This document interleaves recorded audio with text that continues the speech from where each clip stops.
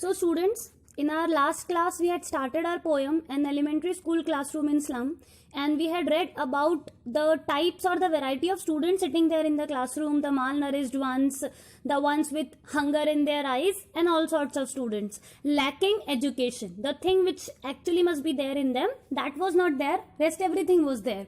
Then we came up with the description of the walls or the description of the actual classroom in which they were sitting. Now let's continue.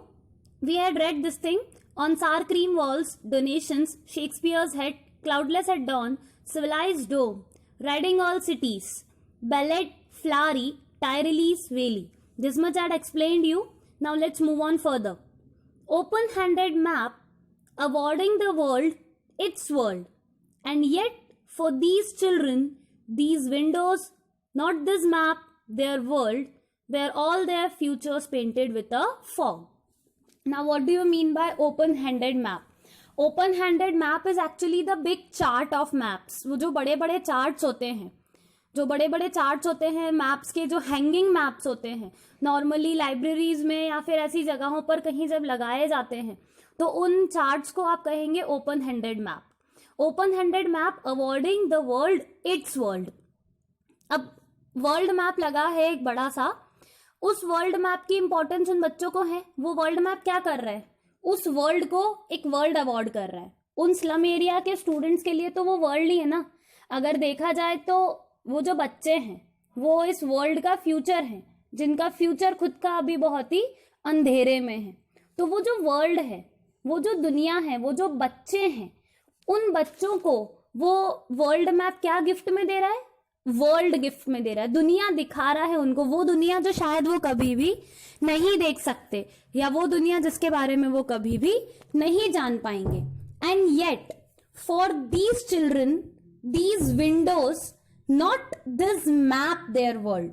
वो बच्चे माना दुनिया है, दुनिया का future है, उस फ्यूचर को वो वर्ल्ड मैप एक्चुअल वर्ल्ड दिखा रहा है, लेकिन उन बच्चों के लिए these Windows not this map. These Windows, यहाँ पर विंडोज का क्या मतलब है, जो क्लासरूम की विंडोज हैं, उस विंडो के बाहर जो स्लम का सिनेरियो दिखाई दे रहा है, तो उन बच्चों के लिए वो वर्ल्ड मैप में जो वर्ल्ड बताया जा रहा है वो वर्ल्ड नहीं है, वो दुनिया नहीं है. उन बच्चों के लिए तो उनकी दुनिया उस क्लास की खिड़की से बाहर झांक कर उन्हें जो अपना स्लम एरिया दिखाई दे रहा है, जो गंदगी दिखाई दे रही है, वो ही उन बच्चों के लिए दुनिया है.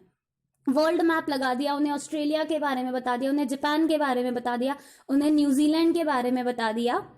वो सिर्फ उस चीज को सुन लेंगे, लेकिन उस चीज को कभी अडेप्ट नहीं कर पाएंगे, उस चीज को कभी समझ नहीं पाएंगे, क्योंकि वो समझ उनमें है ही नहीं. उन्होंने अगर दुनिया के नाम पे अगर कुछ देखा है तो अपने स्लम्स का अंधेरा देखा है और वहां की गंदगी देखी है.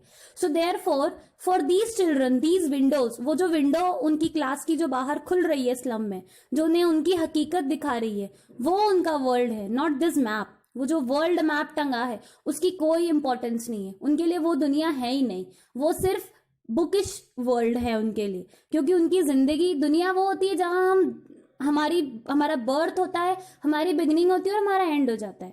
तो उन बच्चों के लिए उनका बर्थ, उनकी बिगिनिंग वो स्लम है और उनका एंड भी वही है. तो ओवरऑल उनके लिए वर्ल्ड तो वो स्लम ही हुआ, इसलिए उस वर्ल्ड मैप का कोई मतलब नहीं है. Where all their futures painted with a fog. एक ऐसा स्लम उनके लिए उनकी दुनिया है जहां उनका पूरा फ्यूचर फॉग से पेंटेड है. Now what does this mean here? Fog means pollution. Basically slum areas कहाँ होते हैं? इंडस्ट्रियल टाउनशिप्स के पास में, जहां आराम से उन लोगों को मजदूरी करने जाने के लिए ज्यादा डिस्टेंस ना ट्रैवल करना पड़े, या फिर गंदी बस्तियों में होते हैं. वो रहते रहते जगह ऐसी हो जाती है. तो उन बच्चों के लिए वो जो स्लम एरिया है वो उनका वर्ल्ड है, जहां उनका पूरा फ्यूचर जो है वो फॉग से पेंटेड है. फॉग का मतलब अंधेरे से पेंटेड है, पूरी तरह से वो कवर्ड अप है फॉग में, पूरी तरह से धुंधला है, पूरी तरह से अंधेरा है, और कुछ भी नहीं है वहां उनकी दुनिया में, सिर्फ और सिर्फ फॉग है. अभी प्रेजेंट भी उनका पूरी तरह से डार्कन्ड है और उनका फ्यूचर भी उसी फॉग से पेंटेड है, क्योंकि उन बच्चों के लिए बाहर निकलने की कोई जगह ही नहीं होती. उन बच्चों के लिए वही उनकी दुनिया होती है और वही उनकी दुनिया वो खत्म भी हो जाती है. तो उसी स्लम में जहां उनका प्रेजेंट तो प्रेजेंट, फ्यूचर भी फॉग से पेंटेड है, वो स्लम एरिया ही उन बच्चों की दुनिया बन के अब रह गया है.